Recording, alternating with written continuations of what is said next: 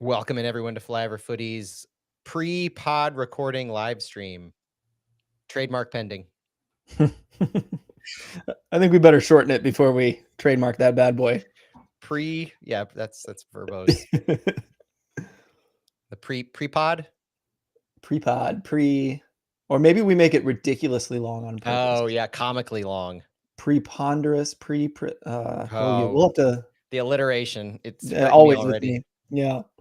Well, while we give chat time to join, I'm going to dig into my trivia question that I'm getting from Dave Lang's year one, because I thought in honor of San Diego's first home game that we could go back to our first home game ever played, which I think I did like a week or two ago, maybe 2 or 3 weeks ago. I think I've got a nice little question here of just seeing how many people. I think what I'm going to have is how many people can name like the players who started in our first home game versus the players that will be starting, that we think will be starting again in San Diego's first home game, something like that. You know what I mean? Okay. Like the continuity of players. Because if I count right, I've got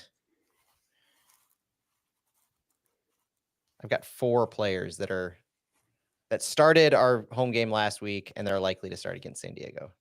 Maybe I'll just do last week. Let's do last week because we know that one. Like 4 players that say that again. What? Oh, I'll say it again. Yeah, Okay, cool. that was word vomit that was just coming up out of my mouth. We'll get more legit here in a second. Okay.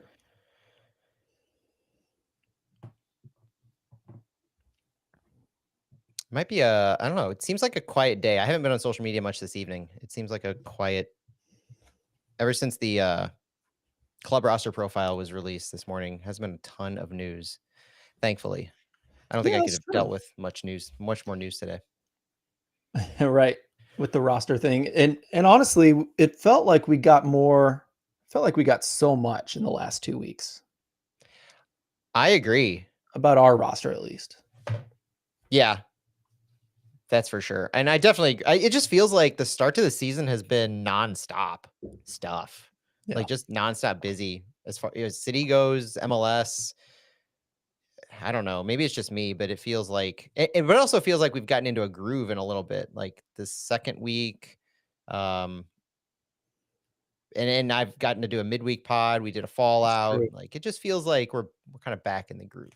But we don't need to beat around the bush. If you want to, I'll go ahead and do my trivia, and then we can start the pod recording. Sounds great. Okay. All right. So if you're tuning into this live, or if you're watching this later on YouTube, I'm sticking with one of our new traditions here on Thursday Night Flyover Footy, which is a little bit of trivia going into before our pre-pod live stream. So today's trivia has to do with the first home game that we had this season versus our first home game that we had 2 years ago. I mentioned some fun facts on Fallout about the number of players who actually played for City 2 that were in the starting 11 for City in this game against Colorado last week.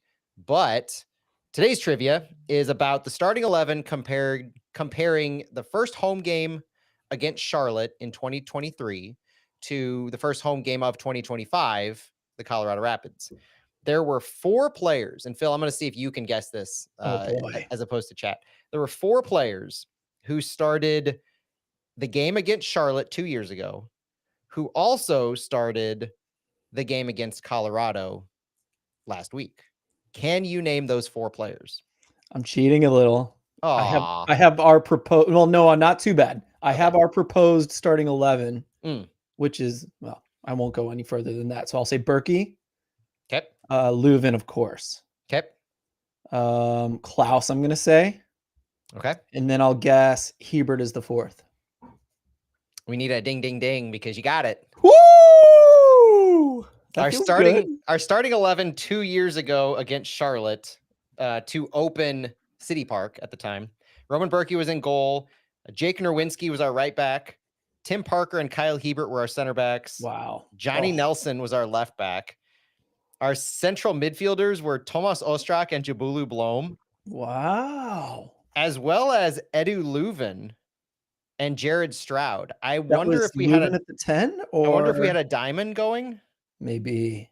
We might have had a diamond, 4-4-2, and then Nico Gioacchini and Klaus were our strikers. Oh, fun. It does sound like a diamond with maybe Leuven and Ostrak in the middle. Blom is the 6th, and no. If it was 4-2, it's listed wrong because it's listed with Ostrak and Blom as the double pivot. But I would assume Who'd you say after Leuven? Who was before the strikers? it was Ostrak, Blom, Leuven, and Stroud. Stroud. Stroud played on the left predominantly. Hmm. Leuven could have been playing the 10. He did it a lot back then. I always said I didn't like it. We won 3-1, so whatever he was doing, it worked. Right. The pressing worked. The pressing worked. All right, 4 players. And kudos to my interview this week for Kyle Hebert for being a part of that. That's right.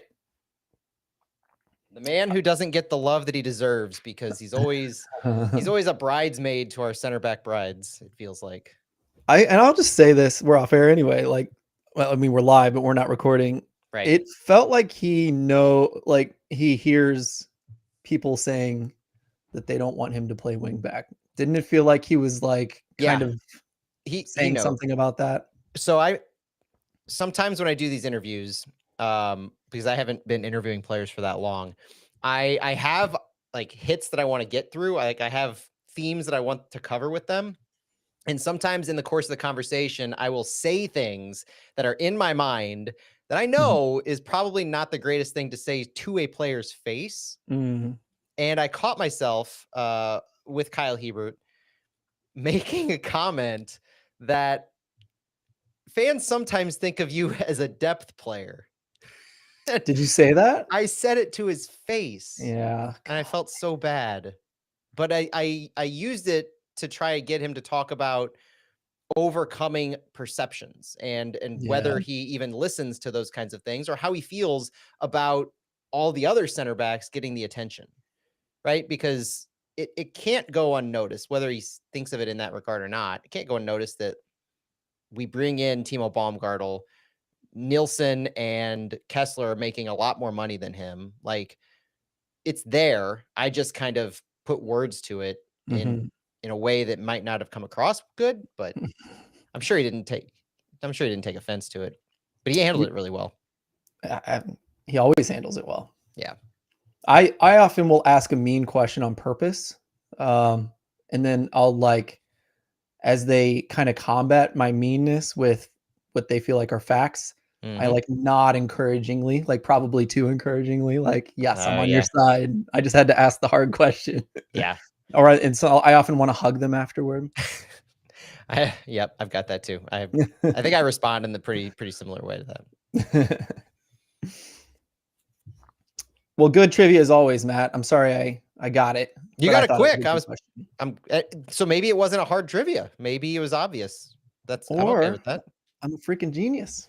Kyle Hebert, I don't have the numbers in front of me. And if he starts more games, I'm going to get the numbers in front of me. But Kyle Hebert has started quite a few games for St. Louis City. He had a stretch there in year 1 where he was starting pretty much every single game, either center back or left back.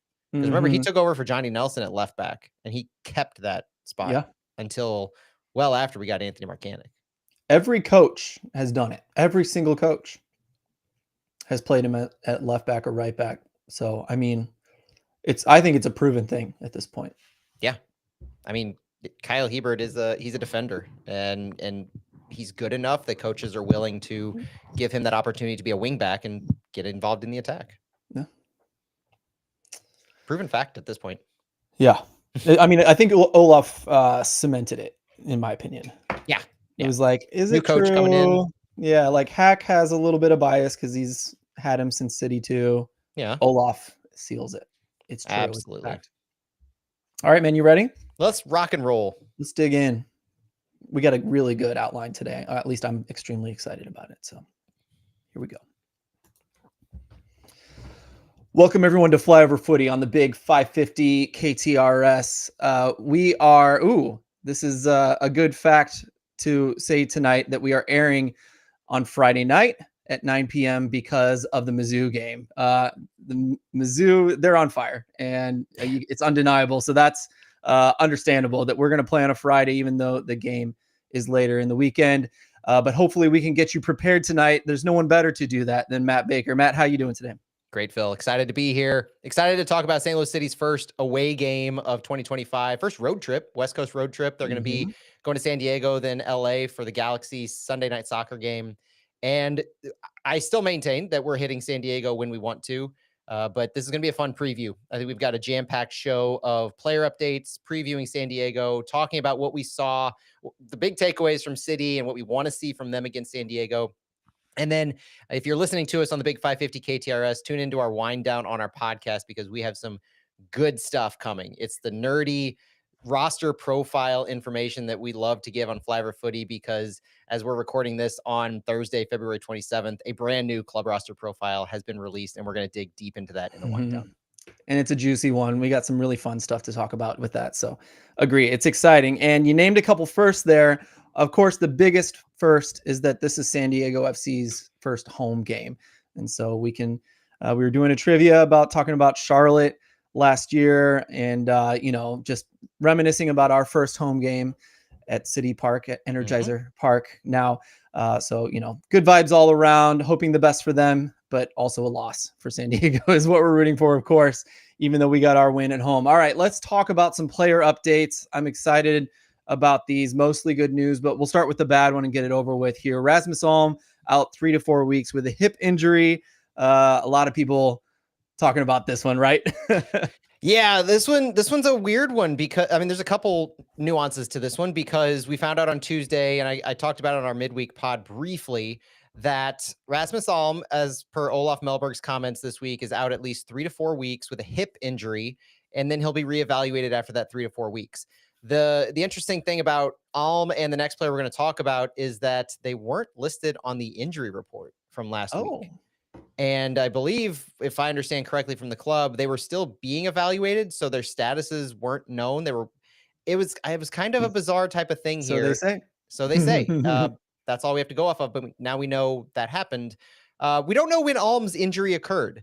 Unlike Joachim Nilsson, who we heard when it happened, we're not quite sure, other than Alm's injury happened sometime after the NYCFC televised Coachella game in preseason and sometime before the Colorado game. So we'll know more on Alm here in a few weeks, but he will miss at least 3 or 4 games with this hip injury. Joachim Nilsson is the other big player that we were talking about this week. He sustained a bone bruise during the closed door friendly against the San Jose Earthquake to end preseason. He finished that game, so he stayed in. He didn't have to get subbed out, but scans afterwards showed the bruising on his one of the bones of his lower extremity. Subsequent scans have showed improvement. So they're hopeful, and they're not putting designations on him like out 1 to 2, out 2 to 3. They're just saying they hope to have him back sooner rather than later. But we heard on Thursday's press conference, Olaf Melberg confirmed that Joachim Nilsson is out against San Diego FC. So we hope to see and hear more about Joachim Nilsson in a positive sense next week ahead of the LA Galaxy. But for now, we're going to be out both Alm and Nilsson for this coming game. Interesting. I'm going to say that negative thing that I kind of posted, and Lutz is a very responsible sporting director, and we've all noticed how the toy shirt thing started and ended. He came on a free, which was good, but he didn't come maybe when we needed more reinforcements earlier in the season because his team, Hanover, wouldn't let him go. Correct. For less. And so we're looking at a similar thing just to kind of bring it to your attention. Aaron Opoku from Kaiserslautern was supposed to come to St. Louis. We don't know whether that's even on at all, but he couldn't be bought for a price that Lutz liked. And it looks like we're going to wait for the free, if at all. Maybe we don't want him anymore. But, there's a fun conversation that we had earlier in the press room about Aaron Opoku. And at one point, I think it was Lutz that made a comment to Tom Timmerman about these things might be dead, but things that are dead on one moment, they have a tendency to rise from the dead another. And who better to talk about rising from the dead than Lutz Pfannenstiel? Well said. Good job. Good tie in there. But just to say that, with Indy gone, maybe Opoku would have been really nice right about now. We don't have time to talk more about that. But it's just something I wanted to mention. But we are a cost-aware club. And so with that comes some very good and quality things. With that comes some difficulties, perhaps. But let's talk about the homegrowns that have not been training with the first team. Yeah, this one's got some layers to it. So earlier in the week, we noticed that the homegrowns were not training with the first team. And it was interesting because the next bullet point that we have in our show notes, Phil, is that Emil Jääskeläinen was training with City on Tuesday. It was kind of a weird juxtaposition, not seeing the homegrowns, any of them, any four of them, Caden Glover, Mekhi Joyner, Tyson Pierce, and Miguel Perez. But on Tuesday, seeing Emil Jääskeläinen training with City, and it was training just to get a body in as an attacker. So it wasn't that Jääskeläinen at the time earlier in the week was being eyed for a contract. It was just they needed a body for that position to fill out the training regiment for that day. But the homegrowns weren't doing that. There wasn't a Caden Glover there. It was kind of interesting to note. Fast forward to Thursday when we get the roster profile released, and we have a little more clarity in the situation. We now know that Mekhi Joyner and Tyson Pierce are off roster as homegrown players for the season. And so they will basically be treated as down at City 2 off roster for at least the next half season. And we'll see what has to happen later, but they're off the roster and they'll be playing with City 2. And then on Thursday at training, Emiliano Chavez, defender in the academy, was training with City to round out the 11v11 training for Olaf. So they're pulling a couple players in as they need to fill out the roster because of these injuries to guys like Alm and Nilsson. But the choices are fascinating because they're not pulling in the homegrowns. They're pulling in Jääskeläinen and they're pulling in Chavez. That's an interesting decision. And while I'm on the subject of Jääskeläinen, Emil Jääskeläinen, as well as Colin Welsh, the goalkeeper, both signed contracts with City 2, as it was announced on Thursday, through the 2025 season with an option for 26. So our first round super draft pick, Emil Jääskeläinen, is signed with City 2. Our second round super draft pick, Joey Zielinski, is signed with City. And our third round super draft pick, Colin Welsh, has signed with City 2. Clarity on pretty much everything at this point regarding the roster exists. Yeah, and I think it's tempting to read into all of these news facts, however you want to call them, and I think it's best to just kind of wait and see how this plays out. Yep. Hopefully, we get those guys lots of minutes, which is something we're going to touch on a lot toward the end here. So, no spoilers there on that one. Why don't you round out the rest of these, Matt? Rest of them is pretty good news. Chris Durkin is training in full with the club. Cedric Toyshirt training in full with the club. Durkin obviously was recovering from his knee injury. Toyshirt was out from the team with his green card process. Both full participants, all week-long training. Olaf says they're in consideration for this weekend, as are others, talking about everybody else who's ramping up and getting fit. The other noteworthy news that we found out on Thursday is that Jake Girdwood-Reich, who I didn't see on Thursday, but we didn't get a long look at training. I saw him on Tuesday running. He is ramping himself back up. Didn't look like he was with the team on Thursday, but we didn't get to really see any team activities. He has his green card as well. He went through the process and he is no longer taking up an international roster slot. So last season, going into the season, we had Edu Leuven and Joachim Nilsson get their green cards and no longer take up international slots. This year, it's Cedric Toyshirt and Jake Girdwood-Reich. Girdwood-Reich is huge because he's under contract with his option through 2028. This is a player that is on a U22 deal. St. Louis now has him locked in, not just on the U22 contract for a few years, but not taking up an international slot for any of those years. That's absolutely massive. And it kudos to Jake Girdwood-Reich for being willing to go through that process. It's not an easy process, especially with the travel for Australia. That's not easy for anybody to have to do in the lead up to a season. So you figure he's doing a short-term sacrifice for a long-term gain type of a thing here. And so we credited Cedric Toyshirt for going through this process for him and his family. Jake Girdwood-Reich doing it for him and his immediate future here in America, making it easy on his club. So love seeing that. I wanted to just say that, we got like rumors before this first season started, like we have the lawyers in place, we're going to get these guys green cards. And we got like one or two and we were super disappointed. We were like, come on guys. Every time they bought an international slot from Nashville, we're like, come on, like we could use that game better. And now they're coming in hard and fast. So props to the lawyer crew for pushing those guys through this year. It must've just had to get the momentum rolling there. So good to see that. Yeah, and so beyond Alm and Nilsson, we should have a full complement of players. Jake Reich, we're not quite sure. He might have fallen into the bucket of and others that Olaf was referring to. But that's another thing is Olaf Melberg is pretty guarded when it comes to player updates. We got some things out of Carnell. We got a lot out of Hackworth. It is hit or miss on how much Olaf tells you. And I think you have to word a question correctly. But to me, outside of Rasmus Alm and Joachim Nilsson, everybody else is basically a candidate for selection at this point. You might see a few more show up on the injury list, like Durkin is questionable, JGR is questionable, but things are trending up for a team that Olaf has said has really good depth at the moment. Sounds great. All right. So now we know kind of what's happening with player health and availability, who's training with who. Let's dig into San Diego a little bit. Of course, we start with St. Louis before we really dig into San Diego. But let's kind of talk about recent form and both teams before we get down and dirty. Yeah, as the season progresses, if you're new to Flyover Footy, one of the ways that we love to start our Thursday preview of San Diego or of the team that St. Louis is playing is talk about where the teams are coming into this. So recent form and the standings. Standings don't mean a whole lot right now, but we're going to say them anyway to give you a picture. St. Louis is tied for 7th with just a draw, no goals scored, no goals against, no goal differential. They drew 0-0 Colorado last week. The noteworthy things from this game, because Santi and I think we did a really good job of diving into every facet of this, but some of the big takeaways from this game and that we're going to try to build themes on throughout the season as best we can, or whatever there is to tell. St. Louis had statistically their best defensive performance of all time against Colorado. 0.2 expected goals against was the lowest that they've ever allowed that goes along with this clean sheet. It is only the 11th time in club history that they've had a 2.0 expected goals or greater. They had that 5 times in 24 and 5 times in 23. And it's only the 3rd time that they've ever had 2.0 expected goals and less than 1 expected goals against in the same game. Only the 3rd time that's ever happened. I wanted to put this in perspective to say just how quality this game was against Colorado and what we saw in the first game under Olaf Melberg. Roman Berkey, I think there's a quote that we have later on, but he basically boils it down in his interview on Thursday to you have to score goals. At the end of the day, you have to score goals. That's the thing that matters. But he also noted that a game like Colorado last week, the 2024 St. Louis City team probably would have lost that game.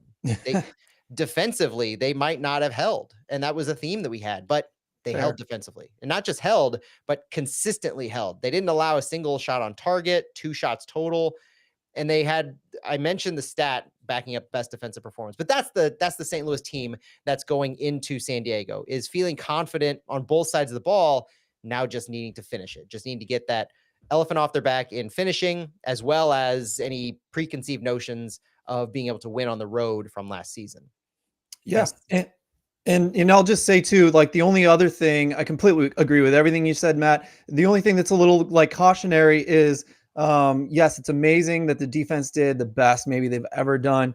And I think we can look forward to that, but chances were made, goals weren't scored. That sounds very Bradley Carnell-like, doesn't it? So that's something like we need to get that elephant off of our back as well. But that's the sort of thing, like we've started a base and we can build on that. That's what this feels like to me. This is like the bottom and we're nowhere near the top in my opinion. And that's my hope, of course. So we'll see how that goes.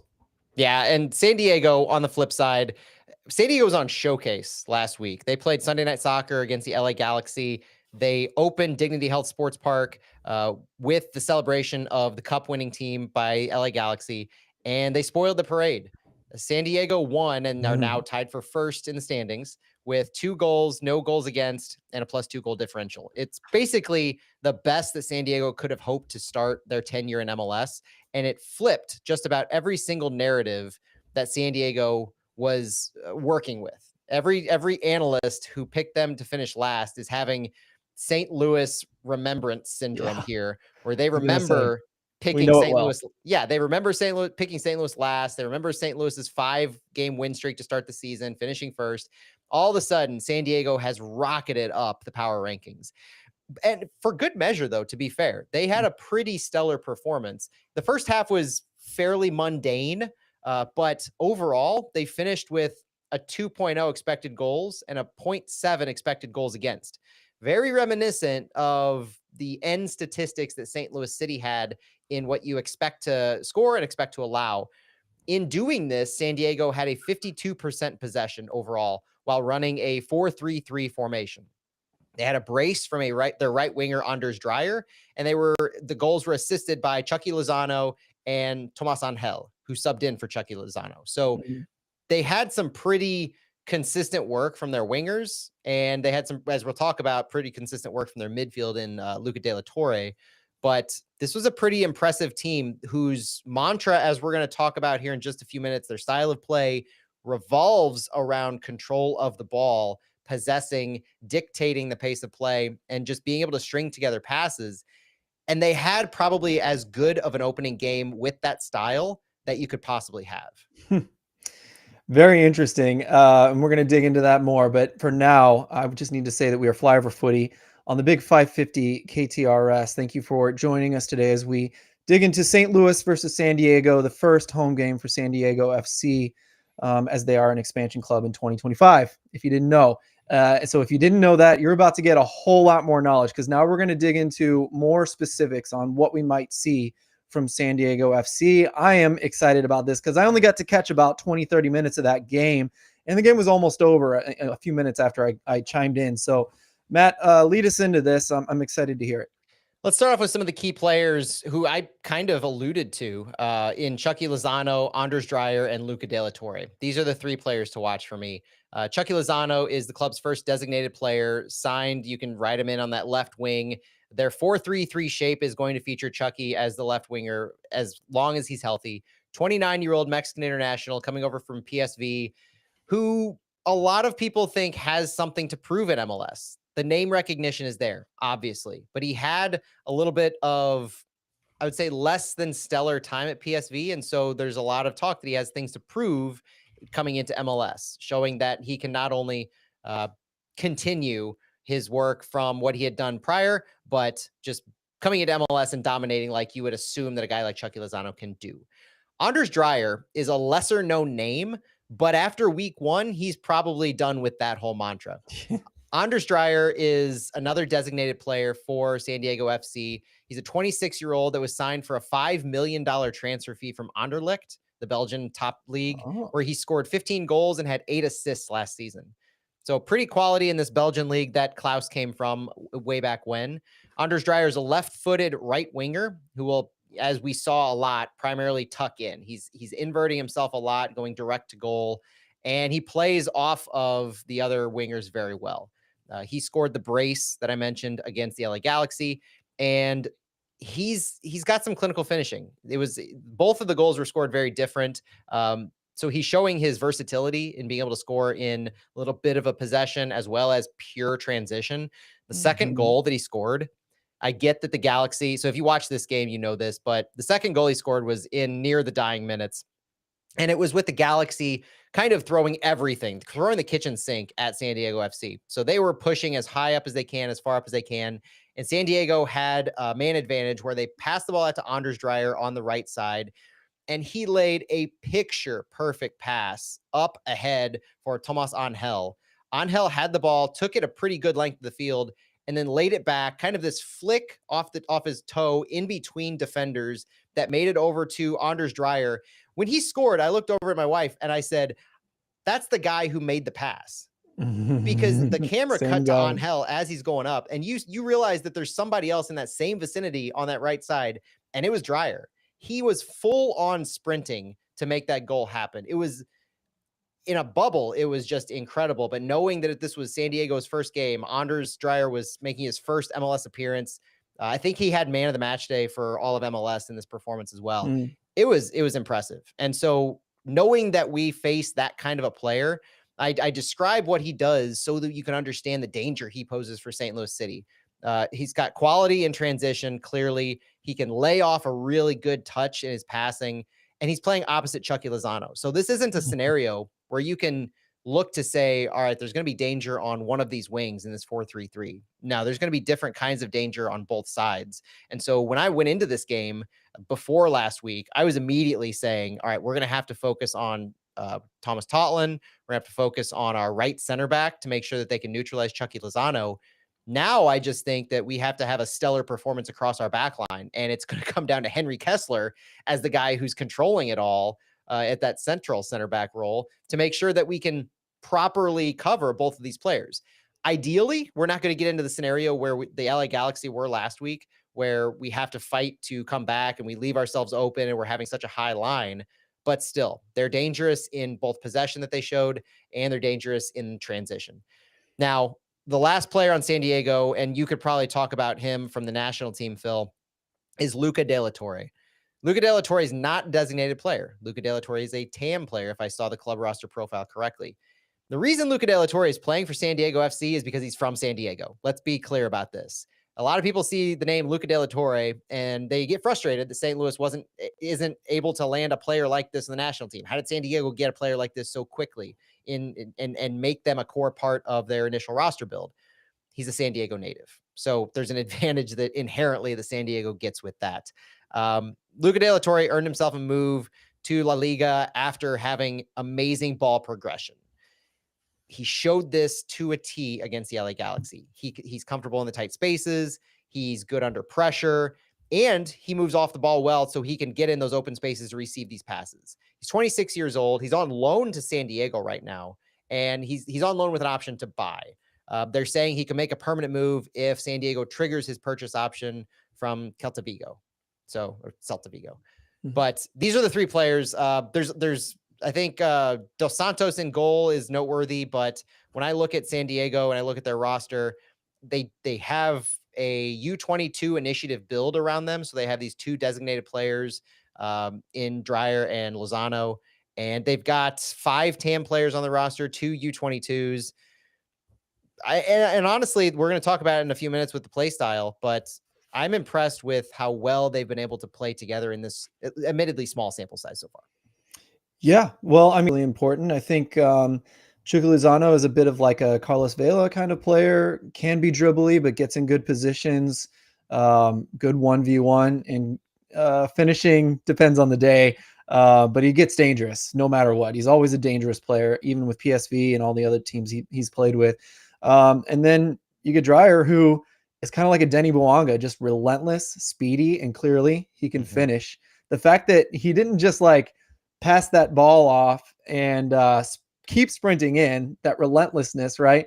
But he like sprinted past even his own players to the far post. And I don't know, it's just like the mentality of that, never giving up. That's the kind of thing that I think Olaf is definitely wanting from our players. So he just showed a lot of quality there.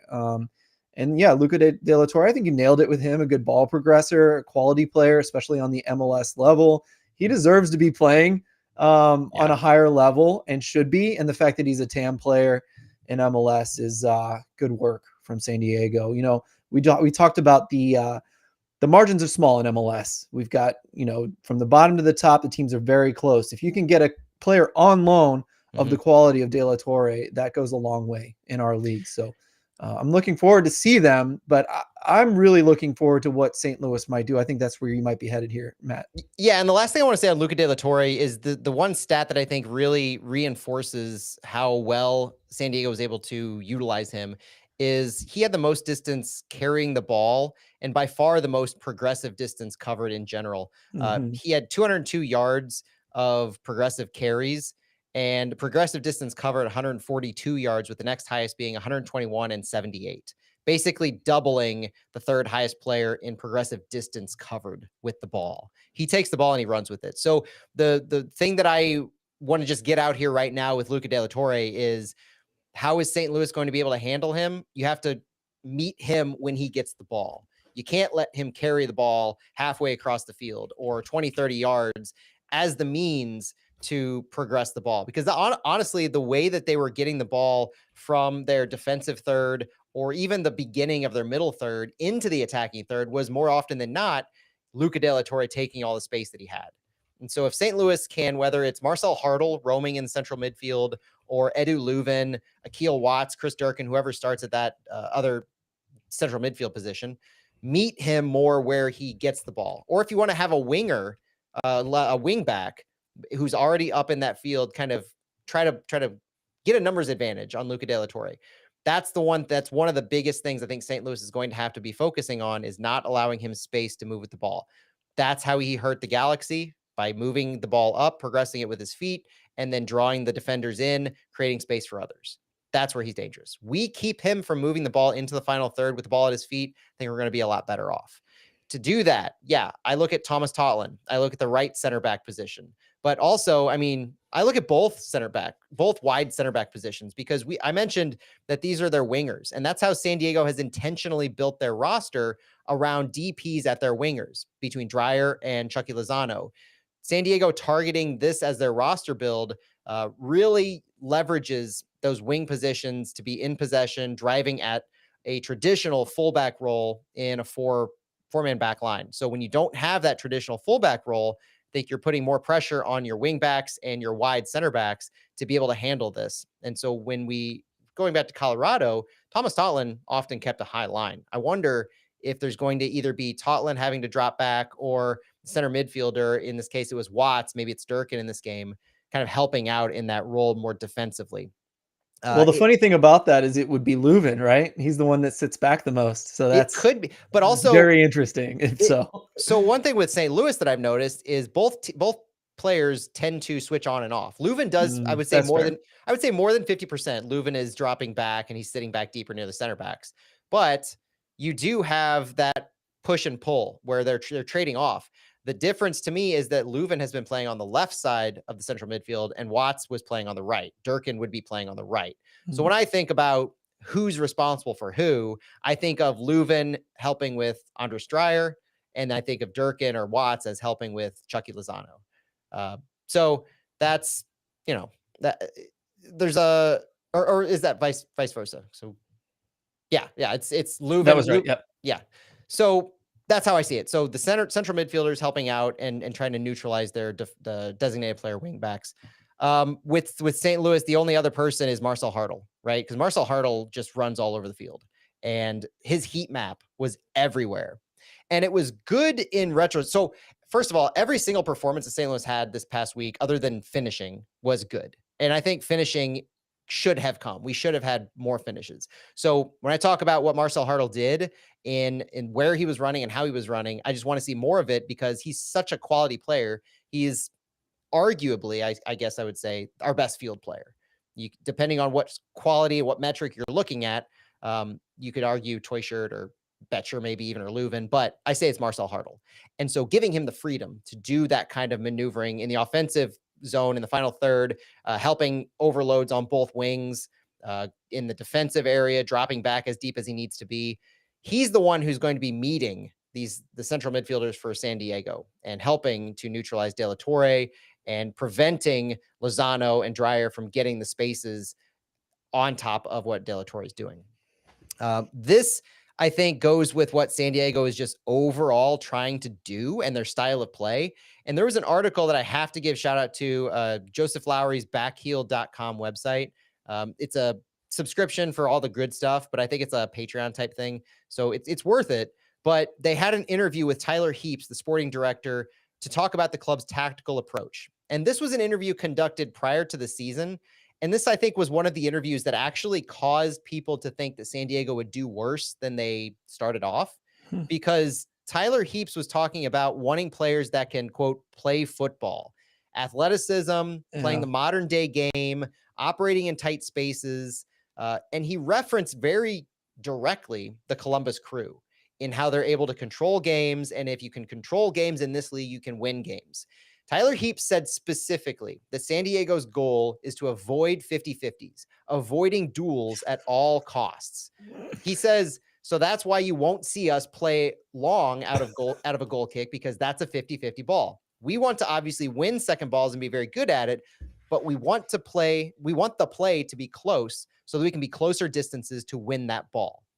This is almost the exact opposite of how St. Louis has played their first 2 years. But if you think about an expansion side, in the difficulty of just bringing together a roster in a couple of months, less than 2 months, and being able to play technically skilled ball that well out of the gate, that was one of the big reasons why I kept saying we're going to catch San Diego on the road at the beginning of the season. And that's a great thing, because they're not going to have put all of this stuff together.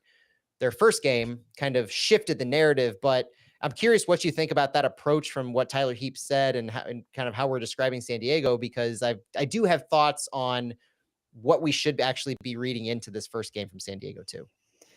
Yeah, it's a bold statement, and I thought he was a psychopath, to be honest with you. I was like, you're gonna come in your first year and you're gonna try to do this in MLS, right? But in the first game, there was some practicality to it, and I respect anyone that's pass and move, pass and move, pass and move. It's great. So if they get good enough at it, I think it's great. I think St. Louis is going to be the biggest test for that to date, at least. I mean, and that's the second game, so obviously, but doing that against the Galaxy is it's a good, nice, easy start. But the more guys bunker in, the more conservative the defense becomes. Maybe even the more people press them. Okay, how's that going to look for the rest of the season? So I'm not shaking in my boots yet, but it is a bold strategy. I respect it. We'll just see kind of how it plays out. What do you think, Matt? Well, I think the Galaxy are a terrible team right now, and they made San Diego look better. And that's what it boils down to me. We talked, or I don't But I remember if think their tactics too made it easier they, too. But you're right. they I mean, did, they're a mess. yeah. They just don't have quality right now. I mean, Yeah. they've got Joseph Paintsil out there. I'm sorry, they've got Gabriel Peck out there, but they don't have Joseph Paintsil. They don't have Ricky Puig. Yeah. They don't have Dejan Joveljic, who's now in Kansas City. They Yeah. lost so much. They don't have Mark Delgado, and they're trying to replace these players, and it worked terribly to start off. They looked timid when they were trying to actually do something after San Diego went up and in the late minutes and trying to steal a point back.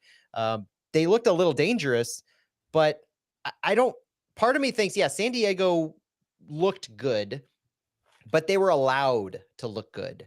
I saw multiple moments where San Diego was setting up, and this kind of disgusted me a little bit. Like, I don't mean to go too I don't mean to go too in depth on this because I don't want to be too harsh, but San Diego was very much allowed to set up their possession. The Galaxy were oftentimes trying to just get back into their defensive structure as opposed to challenging for the ball, allowing San Diego to get to the middle third of the field and do what they need to do to just kind of set their plays up. I thought the Galaxy were as weak as you kind of expected them to be coming off the cup set, coming off of all of the things that the injuries occurred and losing some players. So be weary of San Diego because they did show a lot, but be cautiously optimistic because I think this St. Louis City team is a better team than the LA Galaxy are right now. I think so too. We're Flyover Footy. You're listening to us on the big 550 KTRS. Thank you for joining us. And now we're going to talk a little bit more about, in fact, Matt, I'm going to hand it to you because you've got this whole thing set up. I'm so sorry. I zoned out for a minute and I didn't push this along. So we are going to have to rush through this more than I would like, but this is a fun segment that we're going to start doing here. We'll probably save our questions for St. Louis for the wind down, to be Sounds honest, good. because I want to get into what San Diego and St. Louis have. Call this segment our tale of the tape, looking at San Diego's strengths and weaknesses against St. Louis's strengths and weaknesses. We only have one game sample size, but it's the game you want from both teams because it's the only game that San Diego's played, and it's the only game St. Louis has played under Olaf Melberg, so let's hit it. San Diego FC's strength so far in one game, they finished their scoring chances. The crazy stat about San Diego is that they had a 66.7% shot on target percentage. They had, I think, 6 out of their 9 shots be on target, which is just an absurd stat because last year Inter Miami led the league with 45% possession, and San Diego blew that out of the water by over 20% in this game. They will regress back to some mean. I don't know if they're going to lead the league. It could be that impressive, but they're not going to have consistently every game 9 shots and 6 of them be on target. St. Louis last week had 29.4% shots on target. It was a little lower than their percentage in 2024. They had 30%, but I would expect St. Louis to get a little better with their shots on target. I would expect San Diego to get a lot worse. San Diego also is strong in counterattacks. We saw that in what they were able to do to finish off the game against the Galaxy. They defend set pieces well. They protect their lead, obviously. They won 2-0. And they're good at taking the ball from a team in possession. What they're weak in is avoiding fouling in dangerous areas. So they commit fouls in areas that can cause free kicks, which could be a massive benefit for St. Louis because one of St. Louis's strengths is attacking set pieces and shooting from direct free kicks. hello, Edu Leuven in your shot that went off the post. Mm-hmm. St. Louis is also very strong in an area that San Diego wants to have nothing to do with, aerial duels. St. Louis isn't relying on their aerial duels as much as they were last year. Roman Berkey said specifically that he still allowed the freedom by Olaf Melberg to send the ball deep if he sees like a Simon Betcher, a Klaus, or a Toyshirt get a run in behind, but he's not intending to send the ball up for these 50-50s. I thought it was fascinating when I asked Berkey this question on Thursday, and he told me that if he sees an ability for a player to get in behind the lines, he's going to send it deep. But he didn't say that he was going to send the ball long from these goal kicks with the intention of initiating 50-50s. St. Louis is, though, still strong with these aerial duels as they've had for the past 2+ years. St. Louis is strong in creating scoring chances. St. Louis is weak in finishing scoring chances. Hello, Captain Obvious.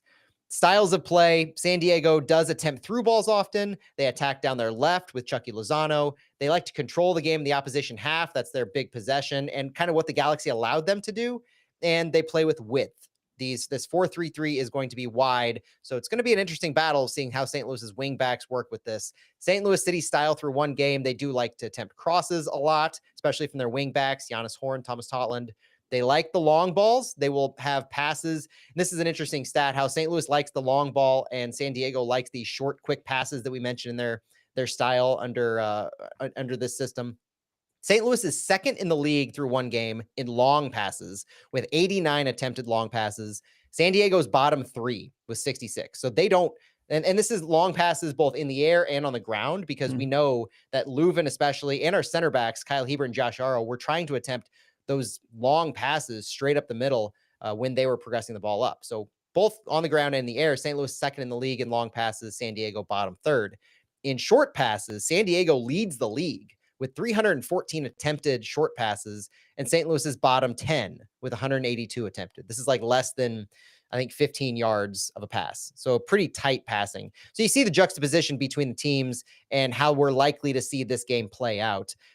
When it comes to where the teams are engaging, I think it's interesting that last game, San Diego actually had a higher average height of defensive action in 48.8 meters, a little closer to midfield than St. Louis's 41. So there's been things made this week about how does our PPDA look? How is St. Louis comparing this year to the past 2 years in how much their press is working? And they're not pressing as high or as often as they did in the past 2 seasons. They are bottom 3rd in the league right now in PPDA, and they're not having a high line in their height of defensive actions. They will press into the final third, and they have initiated turnovers, and they've had clearances, blocks, all that stuff in the final third when they press. But more often than not, they will try to initiate a press, and if it doesn't work immediately, they will drop back to more of a mid block and engage in the midfield. Now, it's not as egregious as San Diego's and LA Galaxy's kind of lack of intensity in pressing, but this is an interesting St. Louis City team that has taken the press and really kind of taken a step back in how aggressive they are down the field in trying to turn the ball over. I noticed in your interview with Hebert, just to give that a listen if you haven't found it on our podcast, the thing I got the most out of was when he was talking about picking our chances better, like picking our triggers better. And I could notice toward the end, I noticed like Betcher would run in, and I could tell everyone else wasn't necessarily ready for that. So I think they may even press less is kind of what I almost got out of Hebert, but maybe more quality each time, which I think is what you're getting into. Yeah, I mean, because you're not stretching the field as much. And so if you don't stretch the field as much on your press, then you're able to create these numerical advantages, these overloads on the defensive side. When you're off the ball, you're having more players in tighter spaces that you're able to attack. I think that's where this wing play is going to be really fascinating, knowing that San Diego likes to attack down their wings and in the channels through because of these 2 DPs that they have in those positions, and how St. Louis's wing backs are going to manage this, because it's going to be fascinating in how our wing backs push up and our center backs kind of fall back and help cover those spaces. Our center mids rather fall back and cover those spaces. And so I think it's going to be a tactically fascinating battle to watch, much more fascinating than I think we had against Colorado and what I even saw of San Diego against the Galaxy. This is going to be a fun match to watch. In fact, that's one thing I'm excited to look for. Is my favorite move in the preseason. It worked like a charm against New York City. Was someone dropping in and someone else sprinting in behind. That only worked like 1 or 2 times that I saw. I'm sure it worked more than that, but 2 really good times in that game against Colorado. Very tight, very compact. I think against San Diego, it'll at least work a little bit more often and better, because I think they'll be in transition. I think they'll get caught out just a little bit more than Colorado, maybe a lot more, honestly. Yeah, and I think I wonder what they're going to do with this kind of pressure from St. Louis, because what the Galaxy were doing wasn't pressuring them. And so this is going to be a different team. They're going to have different pressure on them playing at home as opposed to just going on the road and almost having a free spot to just do whatever they can. Nobody expects them to win, so go hard. Now there's a little bit more expectation. There's more tape on them, and so you wonder just how much that's going to play into it, because I know Olaf talked on the players knowing, these kinds of expectations as well. It's going to be a good gut check, I think, for St. Louis at this first away game. It's so helpful though what you just went through. I think we're still zeroing in even with this chart to help us. I think it's going to change a little bit even after this week, and I'm excited to see it progress through the season. That is so helpful to kind of name those things. We can look at those things against San Diego as we go into this next game. Matt, let's do the lineups and we can predict a score perhaps. I think I got that, which is common for me. So let's start with yours and then I'll give mine. All right. My lineup is the 3-4-1-2. I've got Berkey in goal. I have a back three center backs. I'm keeping the same. Kyle Hiebert, Henry Kessler, Josh Yaro. I know I asked Olaf Melberg this specific stat, and just a really quick aside, Olaf Melberg said that it is a balance between riding the hot hands versus the tactical right thing to do. And he did say that he's not going to just stick with the same lineup because they had a good performance. So that's kind of goes against this, but I do think they had such a good performance and that it will match up well. Kyle Hiebert, Henry Kessler, Josh Yaro. I've got Giannis Horn back at that left wing back spot. I have Thomas Totland at the right wing back spot. My center mids, I've got Leuven and Durkin. I say, why not? Durkin has to step back in at some point, and he's had, I think, now 2 full weeks of training, basically. 1 full week and plus some last week. I've got Marcel Hartl in my center attacking mid, and Klaus and Cedric Teuchert as my strikers. The 2 spots that I had mentioned last week of Durkin and Teuchert for Watts and Betcher. If we stick with this on Saturday and I claim to be the one who picked Teuchert, I'm going to catch some heat because I want Betcher in my starting lineup. I said on Fallout, I see Teuchert as more of a Teuchert and Betcher as the trade-offs based on their play style versus what Klaus has been doing. And so I kind of want to see Klaus and Teuchert start this one. Yeah, I hear you there. I'll just change it just a little bit. I'm with you on Berkey, Hiebert, Kessler, Yaro. I don't think there's any arguing with that. I'll say Horn in this one for sure as a starter because I do think we're going to want to be even more conservative away. So Horn for sure at the wing back. Leuven, I hope Durkin's ready because again, conservative away. You want to shut him down. And so I want to see Durkin in there too if he's ready. He's going to run his butt off. We're going to look more solid defensively, but will we miss those runs from Watts? I think Durkin can do those runs. Maybe we'll see Leuven do some of those kind of runs. Maybe we'll see him in and around interchanging with Hartl instead of the runs that we saw from Watts.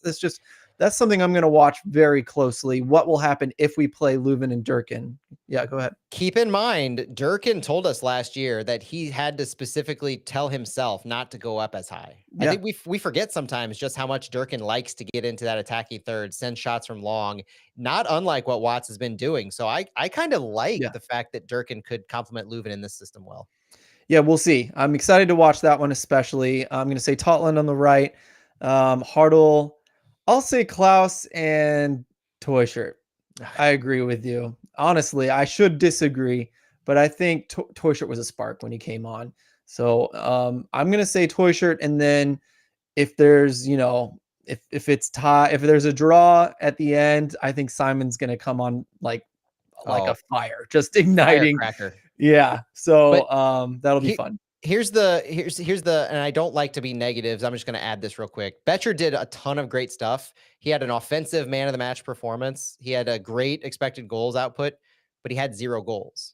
So if you're saying Betcher can't come out of the starting lineup, you're saying a player who scored 0 goals can't come out of the starting lineup. And there's a fundamental flaw to me in that logic, Betcher didn't do enough to cement himself in the starting 11, and Teuscher has done enough to cement himself in the starting 11. He not just with the expectations, but what he did last year.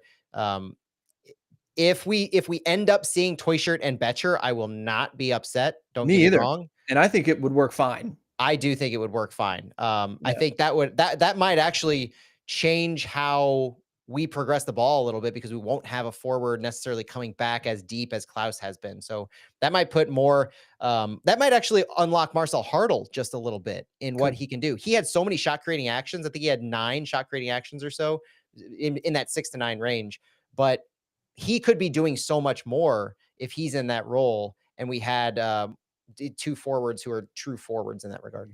I just realized I said exactly the same as you, and I regret that now. I usually try to disagree with you, but I would say if I disagreed with you, I meant to say this, it would be taking Klaus out for Betcher, because I would like to see Betcher and Teuscher just to see what it looks like. I mean, I do think it would work. Maybe we'll see if Santi and Stu can be our tiebreakers before we put this out on Saturday. There we go. All right. What do you think the prediction will be? What is your prediction for the game?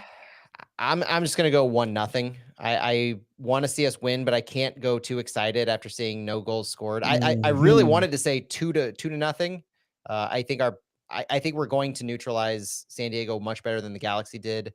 I think there's going to be pressure that they buckle under a little bit, and I'll just 2-0, 2-0 St. Louis. Okay, I'm going to say 1-1. I think it'll be a draw.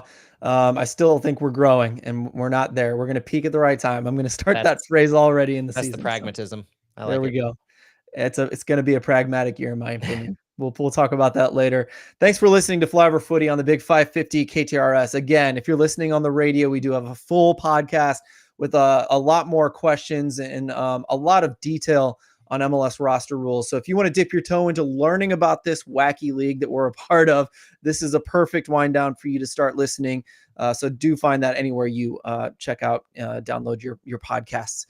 We are there, I promise. So thank you for listening again, and enjoy this game away to San Diego. Go City. Go City. Oof. Rough finish, but we did it. We got out there. I am kind of bummed that our interface isn't showing the chat where we can see it. Do you want to log it off and go back on? It won't affect me at all recording wise. So no, I don't want to mess it up, because I've got a OCD on how this shows up to social medias. Yeah, I'm in the chat on my phone, so I can see everything everybody's typing on YouTube at least.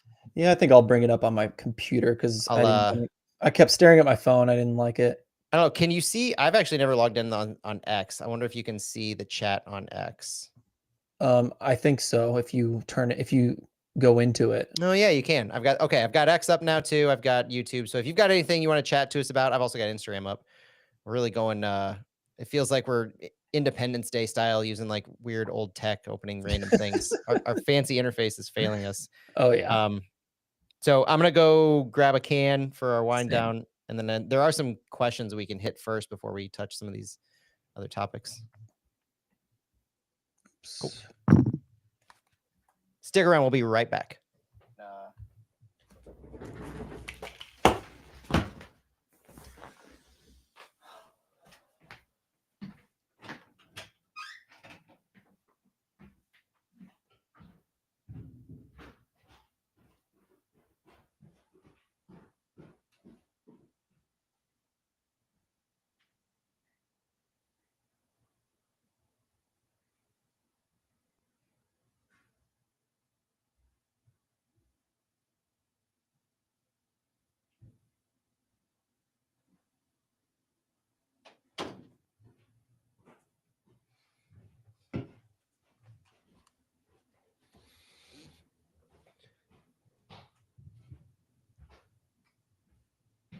All right.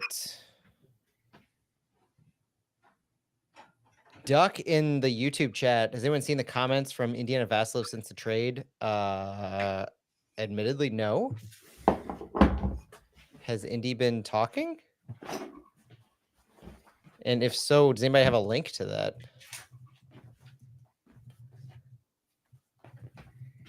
Was it a sit down between Vasilov and Carnell?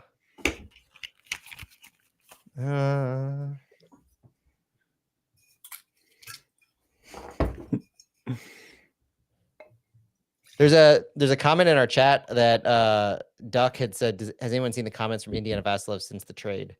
I haven't, and I'm a little surprised. I'm gonna have to go to the Philadelphia Union Reddit to see if they have anything on this. Or I wonder if it was like an interview with like a fan site or something. I don't know. I have not seen it though. On the Josh Sargent thing, I don't want to talk about this on the podcast, but this has sparked quite the thing, right, Phil? Yeah, I don't think I agree with anyone in St. Louis. What? Wait, with what? Like, what are you not agreeing with? You say what you were going to say, and I'll Well, key in if it's called for. I had some group chats this evening that was kind of going to. I saw somebody on. I'm not gonna name names. There was somebody saying that Sargent wouldn't be helpful necessarily or wouldn't be good in St. Louis, and the prevailing thought in the group chats I was in was that if you're talking about it from an availability perspective, there's a question mark because of the time he's missed. And I think even our friend Michael with Chat City Tactics posted Sargent's injury history, which is kind of extensive. So I think he made the comment that Sargent has played less than our favorite duo of Allman Nielsen, which was that was shots fired. Yeah. I just put the popcorn emoji on that one. I just wanted to see that's just if you're saying that, you just want to watch the world burn at this point. True. But yeah, it was Tom Bogert reporting on Morning Footy, I think, about Sargent's potential coming to MLS. What did he say about St. Louis? He was saying that too expensive for St. Louis. Too expensive, and that since he almost landed them last year. 20 million was the asking price since he fell short of that. But also there was Premier League interest, which to me is like, okay, please do that if you're Josh Sargent, if you get the option. But it was Bournemouth who also didn't actually make an offer. So, and the report last was since he's still interested, lots of MLS teams are interested. Premier Leagues are monitoring. So there's still no offer from anyone, enticing to someone like Josh Sargent yet. So I'll just say now that I'll be so mad if he goes to MLS. He looks so incredibly good in the championship. He will look just as amazing or better in MLS. We need to get him. We need to upgrade him, not downgrade him. Like he needs to go to Premier League. I'd love to see him in Serie A, Liga. Like he would look great, amazing in those leagues, and then might even be able to protect his body a little better, a la Christian Pulisic. The one question I do have on Sargent for you is, do you think our ownership group understands the PR disaster that would be caused by him going to Cincinnati? It's a comparable market and a relatively young club. So if he were to come to MLS and he goes to Cincinnati, knowing that we have his rights and would have to sell his rights to Cincinnati, like he goes through us. Do you agree with that? Do you think there would be a firestorm against ownership for passing or against Lutz for passing, because the buck would stop with one of them? Either Lutz wants him and ownership isn't willing to pay, or Lutz doesn't want him. I don't think we'd ever find out the difference, but yeah. Do you agree that there would be some kind of a firestorm if he lands in Cincinnati? I'll speak for Stu and say, like, yeah, fans will be so mad if he goes, especially to Cincinnati. That's one better than Sporting Kansas City, maybe 0.5 better than Sporting Kansas City. So that would hurt, and fans would be angry. But, fans are going to get angry. That's just like part of the game. The only thing that would be a little bit damning, in my opinion, is we were almost in for Firmino. So like, oh yeah, I remember if we were considering bringing him in now, I mean, he's way better, but also probably way more expensive. So like, I don't see much difference in the upgrade we could get from Sargent and the price we would pay versus the upgrade we would get in Firmino and the price we would have paid. And the PR would be pretty similar, in my opinion, maybe as good as Firmino, to bring in someone like Sargent and have him destroy in St. Louis for his hometown club. You know what I mean? Like, that would be a gold mine. It'd be amazing. And it would be something I and my family, my sons, would never forget. I guarantee you. So it's true. That's a fair point. All right. You ready to get this going on the wind down? Yeah.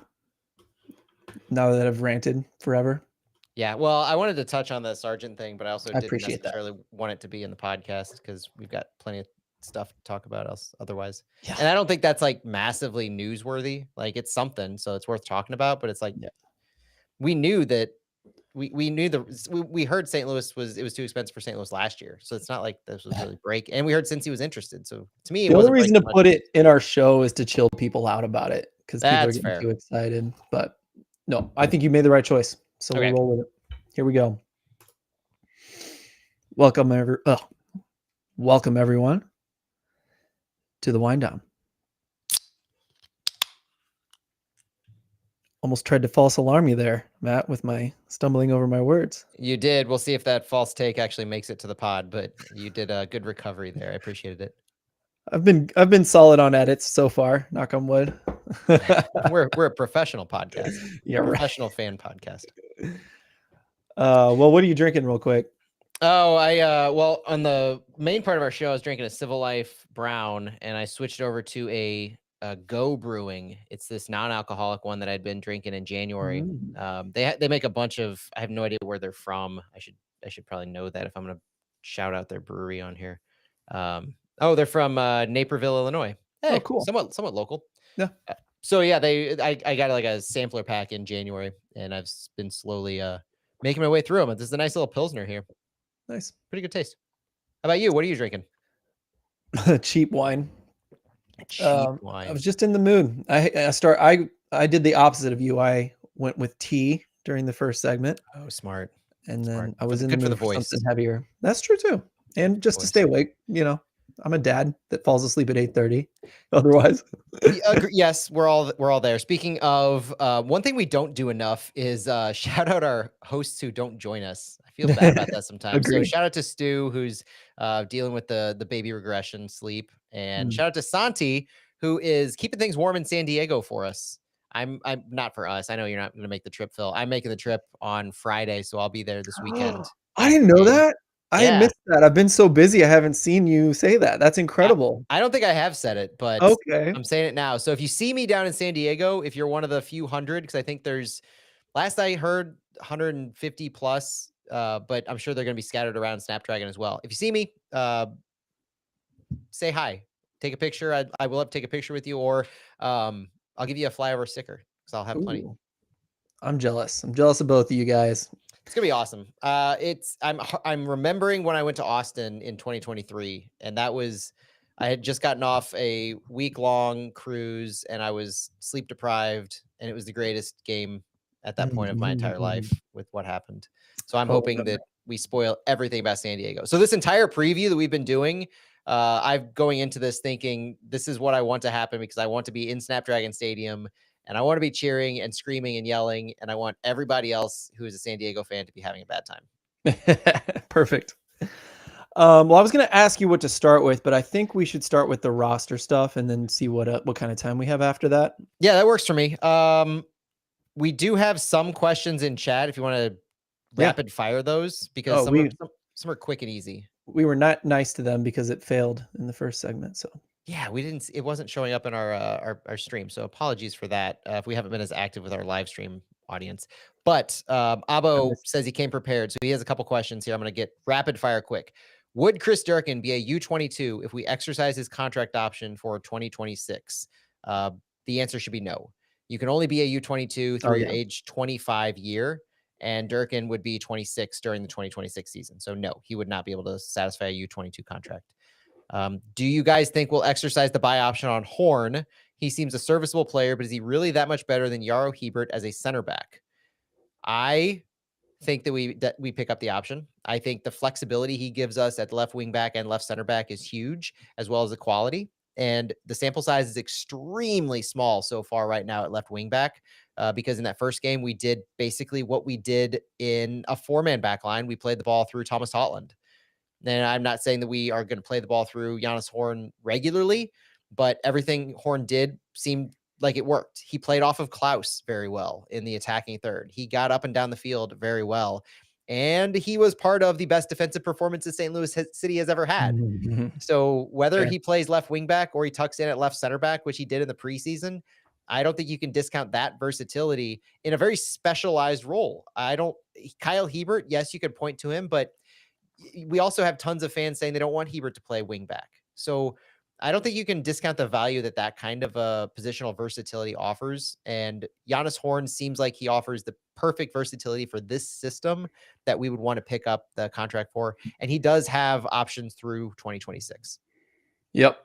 And I'll just say, I think Horn is the go-to, especially if you want to just defend, make sure you have clean games. I would love to see a little more aggression at the end if we're not ahead. I want to see more volume. So I don't know, we'll see what happens, but I don't disagree. I think Horn and Totland is the combo going forward until we need more. The other questions that we just got in, is the team coming back to St. Louis between California matches?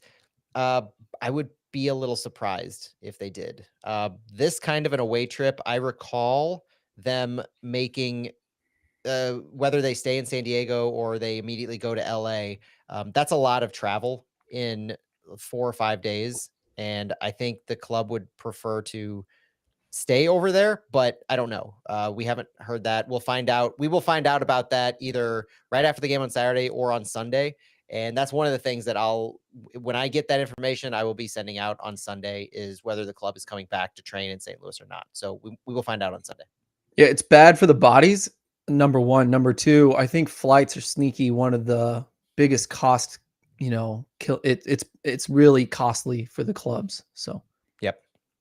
Yeah. So yeah, do you want to dig into the roster profile? Yeah, let's do it. All right. So Thursday, February 27th, MLS released the latest club roster profiles for all of their 30 teams. This is something that they began doing last season, and it gives us new insight that we had never gotten before into specific designations of players and their latest roster makeups. Because part of this is, as of last season, teams can now choose how to construct their roster based on the most coveted spots available, the designated players and the U22 initiative players. There is a DP model that exists where clubs can have 3 designated players and then up to 3 U22 players. Or there's a U22 model that exists where clubs can have 2 designated players, up to 4 U22 players, and $2 million in GAM for a season in that model. Now, clubs can also, the clubs have to acknowledge or choose a path for this prior to the season. So last Friday, teams had to opt into which roster building model they were following. They can change that in the summer transfer window. So there's flexibility. So looking throughout the teams, last year, most of the teams did the DP model. Most of the teams chose to have the 3 DP slots, up to 3 U22s, and forego the GAM. This year, it's pretty different. Surprisingly, 16 of the 30 clubs are using the U22 model, meaning that they have $2 million of GAM at their disposal if they keep that model for the whole year. They have $1 million at their disposal if they change in the summer. So they'll have to forego, give back, however you want to look at it. But St. Louis has chosen the U22 model, meaning that St. Louis currently has 2 designated players on their roster, Marcel Hartl and Joao Klaus. St. Louis has up to 4 U22 players that they could have on their roster. Currently, they have 2, Chris Durkin and Jake Girdwood Reich, who does not occupy an international roster slot. Going into the season, MLS teams are given 8 international roster slots to fill to sign players. You know that they trade, you know that they're sold. St. Louis currently, going into the season now, only has 7 international players: Rasmus Alm, Timo Baumgartel, Roman Berkey, Marcel Hartl, Giannis Horn, Klaus, and Conrad Wallem. Jake Girdwood Reich, Cedric Toyshirt, they have their green cards. They no longer count as international players. This is huge for the flexibility that it offers for teams. And it doesn't mean that Lutz is going to sell one immediately, because the transfer window for MLS is still open. It is still possible to bring in international players into MLS right now through April. So be patient a little bit if you want them to reinvest the GAM from the Indiana Vassilev trade, if you want them to be spending this GAM from the U22 initiative model that they chose. There's a lot of time, a lot of things that this means. And it also means that we have added on to our stockpile of GAM, which, as I was talking to someone earlier today in with City, we should have around $8.35 million in GAM built up. Now, some of that money has to be applied to this 2025 roster. I estimated that we have about 3.4 million to spend on the roster to make it compliant so that, end of the day with this choice of roster model with the Indiana Vassilev trade, I estimated that we would have about $5.4 million in GAM to spend as of right now, which is a kind of or 5 million to spend in GAM. It's a crazy amount. Having $5 million in GAM is just absolutely wild, especially considering you get a bucket of GAM each season and it's going to continue to increase and basically pay for the amount of GAM we have to apply to our roster. So we don't need to stockpile massive amounts of GAM year over year just to pay for our roster. So that's a huge component of the overall roster build that we've chosen here with this U22 model. Things to note from the information released in the St. Louis City Club roster profile that are really discussion worthy are that, first of all, we mentioned it in the show, Jake Girdwood-Reich has his green card. There were listed 2 off-roster players, Mekhi Joyner and Tyson Pierce, as off-roster homegrowns. And Celio Pompeu has moved up to the senior roster, while Ben Lunt has moved down to the supplemental roster, joining Josh Yarrow, Joey Zielinski, Michael Venzel, Akil Watts, Jaden Reed, Miguel Perez, Christian Oliveras, and Caden Glover. The supplemental. So one of the things I want to call out differences between the senior and the supplemental roster, because this has been a question mark in a lot of fans when they saw this image. And what is the difference between a senior roster and a supplemental? Does that affect how you can play? Does that affect anything on the field? And the short answer on that is no. You can field a roster of all 10 of your supplemental players and then 10 of your senior roster for a given match day. Like there's no limit if you're on a senior or a supplemental to how many games you can appear and all of that. The limits, the importance between the senior and supplemental roster is basically money. The senior roster is what counts against the salary cap. So when you talk about the salary, each team has a salary budget that they have to stick within, a salary cap. They're talking about the senior roster, those players 1 through 20. Their salaries are what goes against the cap. The supplemental roster do not count towards the club's salary budget. That's the first big thing. The other thing are the different designations for players that are allowed to go on the supplemental roster. It's money, it's how they were acquired, and it is age-based. So we're looking at things like the supplemental roster can be filled with senior minimum salary players making around $104,000 this year. It can be filled with homegrown players, Generation Adidas players, which we don't have, super draft players, players with making the reserve minimum salary of $80,622. And it can be filled with other players making the reserve minimum. So basically there's 2 tiers of money. There's homegrown, super drafts, Generation Adidas. Those lower salary players and these other designations, super draft and homegrown, that's who St. Louis has filled this supplemental roster with. And so the biggest thing that I think we've kind of realized, because you and I talked about it before we started recording, and it's these off roster players. I told you I would eat crow, and I will eat crow on this, Phil, because I misinterpreted the off roster homegrown capabilities here in a good way. I underestimated. So the letter of the law for these off roster homegrown players is that, quote, clubs may choose to designate a homegrown player as an off roster homegrown player. And then it goes into players must be 21 or younger.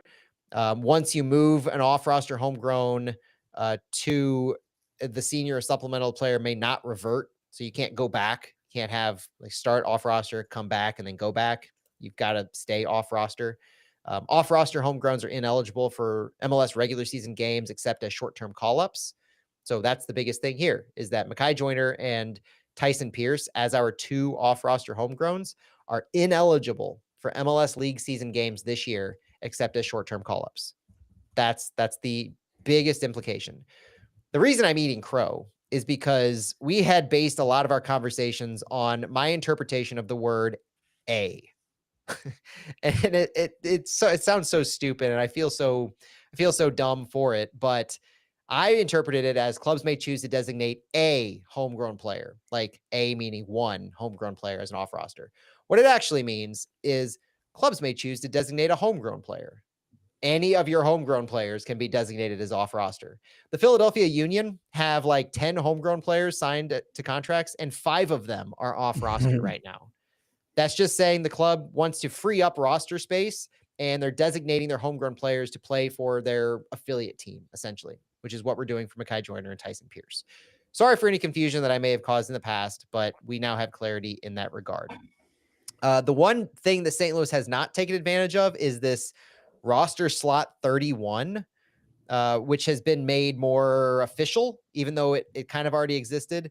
It's a player who can be on a season-long loan to a lower division club in the U.S. or Canada. Slot 31 players are ineligible to compete in MLS competitions except as short-term call-ups as well.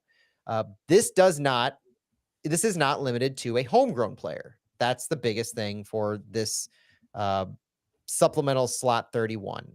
And St. Louis doesn't have anybody who's taking this slot right now, but not to say we can't do that at some point during the year. It's basically the same kind of thing as the off-roster homegrown, except for it's an extra slot that you can designate somebody. I'm kind of sad almost to see Mekhi Joyner designated as this. But ultimately, I don't think I'm surprised given how things have played out with the depth of these wingback spots and the overall formation. And you ultimately want both Mekhi Joyner and Tyson Pierce to get playing minutes, and they're going to get that at City 2. And now we have a conversation of you're having Mekhi Joyner, Emil Jääskeläinen, and Brendan McSorley all at City 2. That's some pretty incredible firepower. And let's see if Mekhi Joyner can take the golden boot this year that he finished second at with City 2 last season. I think those are all like a lot of the big things that we learned. On the club roster profile for St. Louis, they also specify the TAM players. So we mentioned Marcel Hartl, Jacques Klaus as the DPs, Durkin and Girdwood Reich as U22s. TAM players are these more expensive type players that are making over the senior maximum budget, like salary charge, like the maximum amount of salary you can have, which is $743,750. If a player makes more than $743,750 in a season, then they are going to be designated as a TAM player at least, if not different U22 or DP. Our TAM players are Roman Bürki now, Henry Kessler, Edu Leuven, Joachim Nilsson, Thomas Ostrak, and Cedric Teuchert. Roman Bürki, I want to focus on him for just a second because there's some misconceptions going on about what has happened with Roman Bürki. Roman Bürki has always been making what I refer to as a max TAM salary. His salary has been changing each year pursuant to the maximum amount of money that a player can make without being considered a true designated player. This year, that amount is $1.743750 million. It's the max salary budget charge plus $1 million. So Roman Bürki is making this max TAM amount of money. He's always been making this max TAM amount of money. That's what his contract was. It's kind of this escalating amount to where we have the option to call him a designated player, or we have the option to call him a TAM player and spend TAM to buy him down, quote, buy him down. It's all bookkeeping here. It has absolutely nothing to do with changes to Roman Bürki's salary or contract situation. Roman Bürki now being considered a TAM player while he's on his last year of his contract is not indicative of the fact that he may or may not re-sign for the same or more or less amount of money. It is purely bookkeeping. If St. Louis needed to in the summer transfer window, they could list Roman Bürki as a designated player. It wouldn't make any sense given what they've done already, but they could do it. If Roman Bürki signs a new contract for the exact same amount of money, a max TAM contract, max TAM salary, so he'd be making basically the exact same type of money next year, and he's on a 1-year deal, he could be either a DP or a max TAM or a TAM player. It doesn't, there's not, to me, there's not a lot to read into in the slightest about Roman Bürki being categorized as a TAM player. It is all about having the flexibility to have not just 2 open U22 slots, but also have this $2 million in GAM. I've always said that the biggest benefit to buying Roman Berkey down is the buckets of money that you're using. You have TAM that you're given every year, targeted allocation money that can only be spent on a few specific things, like buying down these high salary players. You spend $1 million on Roman Berkey to buy him down with TAM, and now you have the ability to get $2 million in general allocation money. It's as simple as that to me. It's paying $1 million in TAM to get Berkey down to a TAM player, receiving $2 million in GAM because he allows you now to pick that U22 roster model. That's as plain as I can make it, is in why we bought Roman Berkey down. It has nothing to do with any contract renegotiations, re-signing, what we can do with Berkey in the future, nothing like that. I have to make that abundantly clear, because I don't want that to be one of those things that just sits out there in the fan base. Phil, I think I've said just about everything I can say on that. And I'm wondering if I've glossed your eyes over, or if there's anything you think I should clarify about all that. Abo asks, is Klaus a TAM player next season if the option is picked up, or can he be? Because I know he's a player we couldn't buy down, correct? That is a great question. For the answer to that, I have to go back to our friends at Backheeled, because they actually kind of helped answer this question for us. Klaus can be bought down to a TAM player if his option is picked up next season. We found out from a Backheeled article and our friend Ben Krumsig, who tagged us on Blue Sky, that Nwobodo, Obinna Nwobodo from FC Cincinnati was a designated player in 2024, and Cincinnati is now classifying him as a TAM player in 25 due to his contract being on an option year. The transfer fee that was part of his budget charge, which was amortized over the course of his contract, transfer fee is wiped away because the option is an additional year to that. So, long story short, if Klaus's option is picked up for 2026, St. Louis has the option, the availability to buy him down to be a TAM player. That's massive. Yep. I'm also curious, like, hopefully he has a good year and that's what happens, right? If he has a bad year, more than likely he would leave St. Louis probably on a free, I assume, or maybe they would pick up his option and try to sell him. I'm not sure. But I could also see him, if he wants to stay, maybe just renegotiating the contract and not having to buy him down, just have him here on a cheaper contract. Maybe. I mean, I guess it depends on what. Klaus is one of those players. Klaus and Berkey are noteworthy to me because they have not gotten green cards, and they're OG guys from 2022. Ostrak has gotten a green card. Oh, I keep forgetting Thomas Ostrak. My goodness, I'm so sorry. Ostrak got a green card last year too, and he's an OG guy who came in 2022. I keep forgetting because he got it when he was injured last season. He went to the Czech Republic as he was hurt to do his green card process. So sorry about that. But my point is that Klaus and Berkey have not, and whether that signals a desire to leave when their contracts are up or not, you can read between the lines if you want to read between the lines. I don't necessarily ascribe to that yet. I just think the green card process is a lot to go through and it's an individual choice. Players choose to or don't choose to for a myriad of reasons that have nothing to do with wanting to continue playing for the club. That said, I think this is as much this is as much a contract year for Klaus as anybody's had a contract year. It's not just the club picking up his option, but it's Klaus's ability to call himself a good striker on the market after this. He's going to be looking to raise his market value as much as St. Louis is looking to get production from their DP number 9. And if Klaus doesn't perform, then he's going to be looking to potentially be on the open market after having years of 10 goals, 5 goals, and whatever happens this year. And that's not something that you raise your value with when you go to MLS and have that kind of production. In the pre-chat, we mentioned hugging players and your interview with him and what he said he wanted to do this year.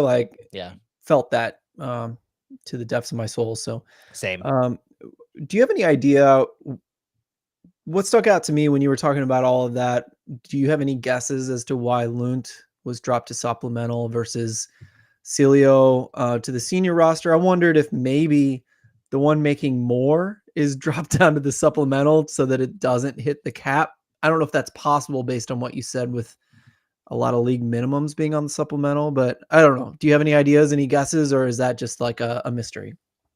It's basically the dollar amount. Yeah. So Ben Lunt is making 137,000 guaranteed. Salio is making 198,000 guaranteed. I just think it's related to kind of requirements on that more so Oh, than, okay. and it's also related to just I didn't know if you could game the system by like, okay, this guy's well, making more. So if we put him on the supplemental, we gain just like a few tens of thousands of dollars in GAM or something. I think you can try to, like, Salio was on the supplemental roster last season after his contract was signed, or at least he was listed there. Mm. And I also think it's just the evolution of a team. As when you sign senior players, like AZ Jackson was a senior player before he was traded, Yep. and he was making like less than $100,000. Hmm. We just didn't have the players on our roster making the Yeah. money that were like making a massive difference between senior and supplemental. So you could put people on the senior roster who are making pennies on the dime essentially, and they would have fit in the supplemental had we had higher price players to replace them with on the senior roster. That's just where we are now. We now have higher priced players on our senior roster, so we're pushing some of these players who used to be on the senior down to the supplemental. We're signing guys like Toy Shirt and Hartle and Wallum and Baumgartel. That makes more sense. Yeah, so it just pushes some guys down who qualified for the supplemental, but we were just able to put them on the senior, and it was I just ultimately thought it was interesting, the 1-for-1 switch with Lunt and Celio. So I was just trying to nail down exactly why. I yeah, don't know if it was a numbers thing with like just the two of them, but maybe it was just the fact that we signed so many other high right. dollar players. Yep, That's fair. that's basically what it was. The other thing that stuck out to me that I think is like worth a lot of conversation, and chat, like I imagine the chat has a lot to say about this. The Joyner and Pierce being put on the what is it called? Sorry, the non-roster The off roster. off roster loan down to City 2, right? Is that what it's called? Yeah, it's just the off roster. They're unavailable because they're off roster, and that's But the off roster homegrown is basically what it is. thank you. That's exactly what I was looking for. Thank you. Yeah, sorry about that.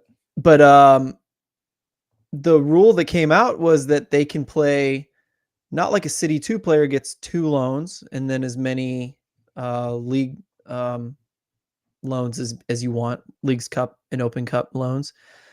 But these guys get 6 regular loans plus unlimited Leagues Cup, Open Cup loans, right? Correct? Yes, off roster homegrown players. Let's talk about that. There's a few bullet points I can list for what Mekhi Joyner and Tyson Pierce are actually eligible to do this year now. They are ineligible for the MLS League season games, like I mentioned, but they can have short-term call-ups. Off-roster homegrown players may appear as short-term call-ups in up to 6 MLS League matches per season. Off-roster homegrown players may appear in an unlimited number of first-team appearances in other competitions like Champions Cup, Leagues Cup, the U.S. Open Cup, Canadian Championship, and friendlies. And as long as they're on their initial MLS contract, as long as they're less than 21 years old, players may continue to be off-roster homegrowns. So this is kind of like Tyson Pierce. Tyson Pierce can be an off-roster homegrown for quite some time. Mekhi Joyner for a few years as well. Neither of these two count against the salary budget, but the competition information is 6 MLS League season match short-term call-ups per season and an unlimited number of first-team appearances in other cup competitions. So we could have, if we make a run in the Open Cup, we enter in the round of 32.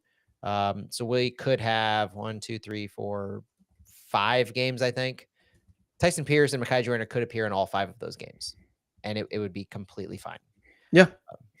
So my point is, I don't want it to get lost that this is a massive step forward for MLS in general. I think I'm the one that goes off on roster rules and how ridiculous they are. They shouldn't be so complicated. Like Matt Baker shouldn't be the only one that understands what's going on. And this is one where it's like, okay, this is, I was so excited when I read the rules, and then we thought I read them incorrectly, and I got so depressed. But now that we understand that we can have as many of these off roster loans as we want, I think, Yeah. that's more like Europe, which is what I was calling for. For years, really. I was like, two teams should be able to loan as many as they want up there, right? So it's not that level. It's not like Dortmund 2 being able to loan, Christian Pulisic and Gio Reyna, and now I'm forgetting the name of that American Icelandic guy, up to the top team as many times as they want, right? There's no limit, right? But in MLS, it is limited, but this is a big, giant leap into the right direction, especially when it comes to cup competitions, because Leagues Cup, Open Cup are definitely being pushed into being, second tier, third tier competitions by the league. So this is just like really good. It's opening it up. It's more freedom. And now that we know that you can have as many of these as you want, I think that's massive. And that's the change from this year. So if you're on our live stream, I'm going to show really quick what the Philadelphia Unions look like. If you're listening, the Union have 11 homegrown players signed to their roster, and 5 of them are off roster. So that's the flexibility they're creating on their roster. Like, they have just a ton of guys signed to contracts. And all these this is where we want St. Louis to get. We want St. Louis to continue signing these homegrown player contracts, because this is the flexibility that we now have. Like, we have confirmation. We know for sure that we can have this availability to put some of these homegrowns off roster. If we were to offer, Owen Jorgensen or somebody like that, or Emiliano Chavez homegrown contracts, we could do this with them, where they could still get the entire season at City 2. They could be off roster, but they've earned their first team contracts. We can continue developing them with the expectation that they have a spot waiting for them. But the biggest change that we're talking about, Phil, is these new abilities for the off-roster homegrowns in the 6 short-term loans, the unlimited cup competitions that didn't exist before this year. So the Philadelphia Union, in their 5 homegrowns that are off-roster, they can bring all those guys back. Like, if you really think about it, this is kind of a backdoor way into expanding rosters and giving you that extra flexibility for these other cup competitions, which is needed.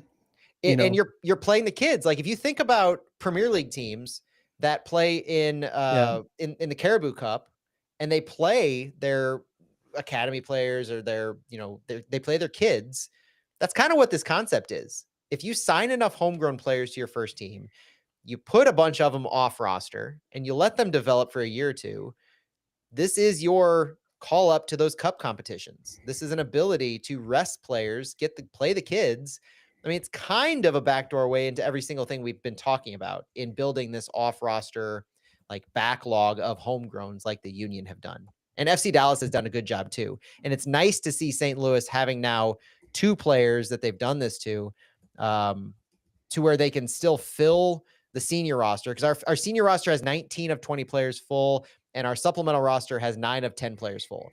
So by designating Mekhi Joyner and Tyson Pierce as off roster, we have now freed up roster slots to still sign somebody to the senior or supplemental rosters, meaning that we can still invest all of this GAM. We can sign a U22, we can sign an international player, fill that last senior spot, and still have 4 homegrown signed. Like, this is the dream of how you're building an MLS squad intentionally and intelligently, so that you're building for both today and the future. Yes. But as you said, it is a backdoor move. And I think it is on, it's not officially, it's temporarily okayed by the Players Union, MLS Players Union. And I've been talking with Brett Stillman in the chat about, that in some ways, he was saying how first year hockey players are looking down their nose at some of these supplemental roster MLS players. Like, some of the lower end MLS players have kind of paid the cost for the league growing so quickly. So, so the Players Union needs, when we thought for a while that this was limited to one guy, I got really upset, but then we kind of realized, like, oh, the players union is trying to protect these kids Yeah. from playing for nothing, basically. Yeah. And they need to, right? Because they will get taken advantage if too many of these players get signed. Maybe these kids don't go to college because they see a chance, but there's 5 or 6 of them on that union roster, and then they don't make it, and now they have a late start in life, and they could be thrown to the wayside. This was a problem with African players coming to Europe, and they had to cut down on that. So this is nowhere near that level, but it is something that MLS Players Association needs to watch, and there could be some pushback on this, which would be a step back in MLS roster rules. But at the same time, we gotta make sure these players are taken care of and we grow in the right way. And so, yes, it'd be cool to get 5 of them, but I also want to make sure we don't irresponsibly sign too many, because those kids need to go to SLU and then come back to us in some cases, right? That's a fair point. Absolutely agree. I just want to throw it out there. Is there anything else we need to kind of touch on or talk about with these new roster rules? That was the big one for me. I think we covered everything. I wanted to get the Roman Berkey thing in because that was a big change that I think people are, there's different takes that I've seen out there. You were so apologetic. Like, are people like saying things about Berkey not being valued enough, or? Well, I saw takes that it could affect his contract renegotiation or our ability to sign him by buying him down. It could mean something about what he's going to accept money wise, or what he could be re-signed for. It's or like hurting his feelings and he goes back to maybe, I don't know. But I also think some people think that we're actually paying him less because he's a TAM player, which is definitely not the case. Like, right. I hope you heard me emphatically a little bit ago when I mentioned Roman Berkey is still making the same exact amount of money he's been making. This is a bookkeeping label to designate him as to fit in the MLS roster rules and roster construction. It has no bearing on what Roman Berkey is making in his salary. I would say that you were so emphatic that I thought maybe people are freaking out about this. I think you've made it very clear. I saw comments on all 3 of the 4 social media that I'm active on, which is Facebook, Instagram, and X. Blue Sky is the only one I didn't see a little freak out on, which may speak to the level-headedness of Blue Sky. Very funny. Yes. Yeah. Thank you. But I wanted to be very, very transparent about my thoughts regarding that. Everything else is pretty straightforward. Love the JGR green card. Love the toy shirt green card. Love the model that we've chosen, U22, to get the 2 million in GAM. Love the 2 off-roster homegrowns the more I think about it, in what that gives the rest of our team. And so this is accurate as of February 24th. And they should give us another one of these later on in the season, halfway point or so after the next roster lock date at the end of the summer transfer window. And we still hope to get some more information out of the league published on GAM amounts. So that's the next thing I'm looking for, is to see how the clubs have spent their GAM, what they have available after these roster lock dates. So that should be coming up here hopefully pretty soon. Yeah. I think the last question we should end on, we got like a good amount of time to talk about this, maybe 5-7 minutes. And then we'll sign off unless there's something else you want to talk about. Is this okay, Matt? Yeah, go for it. With all that extra TAM money, GAM money, what do we do with that? That's a lot of money. Like, I think you guys touched on it with Santi, you guys were talking about maybe Julian Gressel kind of player. I think that makes a lot of sense. I joked about Kai Wagner for the same reason, 2 German American wingback players that we could really use, both of them. There are more jokes we've made, but I'll let you start it off, because that's a heck of a lot of GAM that can only be spent inside the league, right? Or maybe we can sign someone and buy them down. I don't know what you think could be done. Yeah, it can be spent on trades. I mean, that's the biggest thing I think people are thinking about, because Lutz and Diego have both said that they want to reinvest the Indy GAM. And so now you know what we had from last December, you know what we have with the Indy, and now you know what we have with the roster. I mentioned we have like around $5 million of GAM after we apply. That's a lot. And it feels intentional to me. Maybe it's not, but it feels intentional. No, it's definitely intentional. And I think there are a lot of, because of the 2DP and then 4U22 method, right? They wouldn't have bought down that other DP and chosen this model if they didn't want the GAM, in my opinion, right? Or am I kind of reading that wrong? No, that's that's the big thing is the GAM is a mass. It's what I said makes the Berkey buy down make sense because Yeah. um, you can't sign another DP right now. We cannot sign another designated player until the summer transfer window. So that's off the table right now because of this model that we've chosen. But the $2 million in GAM versus spending 1 million in TAM to buy down Berkey just makes sense to me. I do think we're going to it be. only makes sense if you want the GAM, right?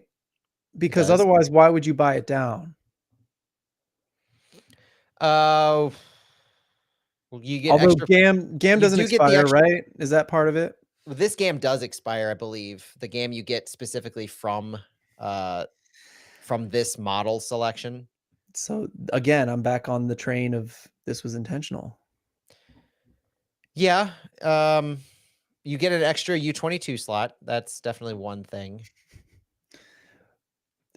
So maybe Santi will get his dream signing. It could be. I'm hopeful of a U22 U23 signing. from Colombia. Yeah. No, Or but U22, I mean, sorry. yeah. GAM, so GAM doesn't expire except for this U22 initiative GAM, which means that they are looking to make a move with this. So Yeah. I think that's got to be you're spot on. I'm trying to think of all the different considerations, but like let's just address it. GAM doesn't expire except for the GAM, the 2 million that we are receiving from the U22 initiative player model. Thank you. Because that expires and must be used within the same league season and by roster freeze date, like expect us to make a move this year with it. Expect us to do something. We have one open senior roster slot and we have $2 million in GAM that we can now use. Now, maybe we're going to use that $2 million in GAM to buy down our roster currently. And so that's like what Lutz is kind of using that on. Because could we sign a foreign player and buy it down with GAM? That's one thing. Yeah. I'm okay. So it doesn't have to be a domestic MLS player of any not kind. necessarily. A club can use GAM to reduce a player's salary budget charge like that. Yeah. No matter kind of who it is. And so GAM is extremely flexible. You can use it to buy down like anything. So we could, I think we're going to acquire a player though. That's the thing is. So my mind's on Opoku is if we sign him, the GAM could be used. Well, if we sign him, he's going to be on a free. It can't be used for salary? It can, but yeah. I don't know if it can. Well, we're talking millions here though. That's true. That's true. That's too small a potato. Yeah. I'm thinking You're bigger. Right. I'm thinking bigger, and it could just be that we're at the end of the episode and end of the show. I am too, but I'm trying to be conservative because I don't want to be hurt again. Yeah. So Eli Carlson, just to be clear, they only put the expiration on GAM for the GAM you get from this model selection. So because we chose the U22 roster construction model for 2025, we got $2 million for that. That 2 million has an expiration date of a year. That's every other GAM that we acquire. It does not expire. So it's just this 2 million that we have to use somehow. But my thought is maybe there's a less exciting thing and we just use that 2 million as part of our overall buying down of our current roster. I mentioned like there's 3.4 million that we have to pay for our current roster to get them compliant. Maybe the 2 million was put to that and everything's a little like wah kind of a thing here. Yeah. But I still think that the point is you choose this model, not just for the flexibility of the extra U22 slot, but you choose this model for the GAM and you have to spend GAM at some point. And the question really is, where do we have the biggest need for improvement? And since we're talking like millions of dollars in GAM, we're talking where can we improve at the highest level? Like, where do you see a position that we need to and would be the biggest benefit to straight up improve in our starting 11?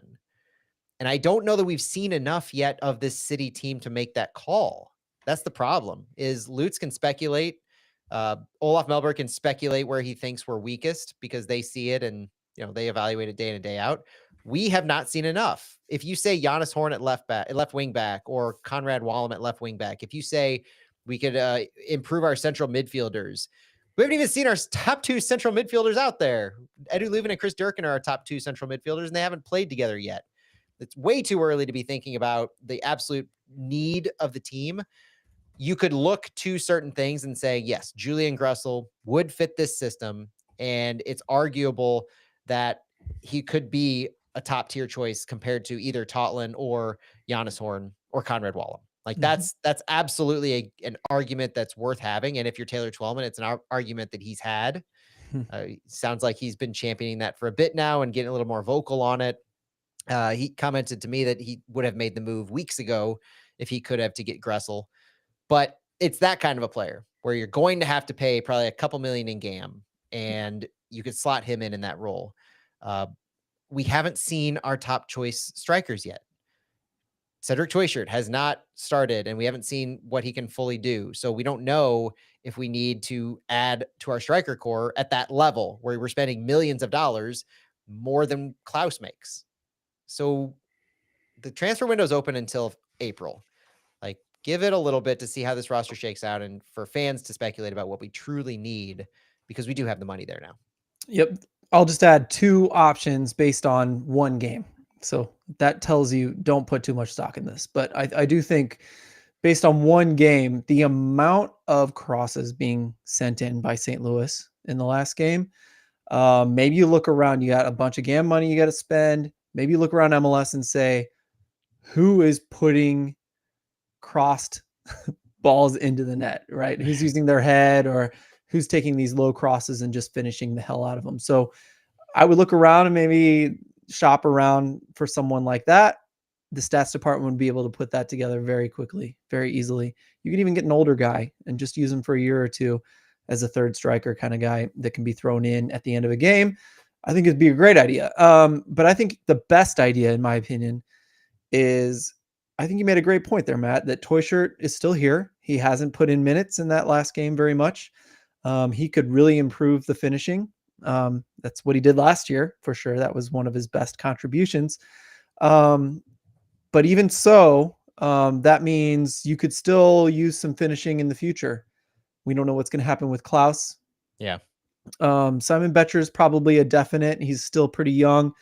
Hold on to him, but we could still use some finishing power. So I would just say, keep Klaus, keep Toyshirt, keep Betcher, sign a U22 player who is the future of St. Louis finishing. Like someone who doesn't have to perform this year, but in perhaps 2-3 years, this man is scoring every other game, no matter what position. Could be a winger, could be a second striker, could be a striker, could be Hartle's replacement in 2 to 3 years. So that's what I would spend the money on. I think it would be the most smart thing to do now. And also Santiago could be very happy. And that player could come from Colombia, Brazil, Argentina, Venezuela, Paraguay. So many options here. And I think that would be the most fun one. So I just wanted to end on that one personally. I like it. I would absolutely love if we had a U22 striker and what that would mean for the future, honestly. Yeah. Anything you want to finish with, Matt? I got to say my fill there.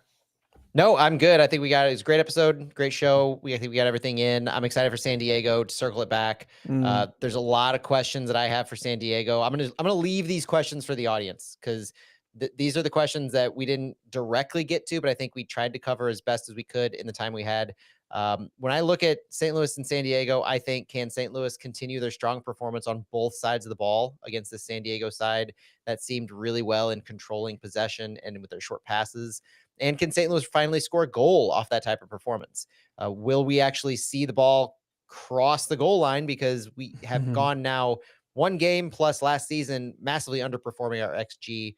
The 2 biggest pieces of San Diego in Dreyer and Lozano, can we neutralize them? And can we neutralize the possession of Luca De La Torre? Chucky Lozano in the final third is incredibly dangerous. What defensive approach are we going to take to try and tame those players? And the elephant in the room, can we finally get an away win early in the season? All right. Thanks for listening, everybody. I enjoyed talking about the roster rules and throwing out a bunch of possibilities at the end. So I hope you guys enjoyed it too. We haven't gone too long, Matt. We haven't even hit an hour, so that's good for us. For the wind down part of it, you mean? Yeah, I think that's great. Yeah, I think it's we'll pretty take good it. for us when it We'll comes take to it. like roster rules. We get I- pretty crazy. I hope everybody enjoyed it, and just enjoy San Diego this weekend.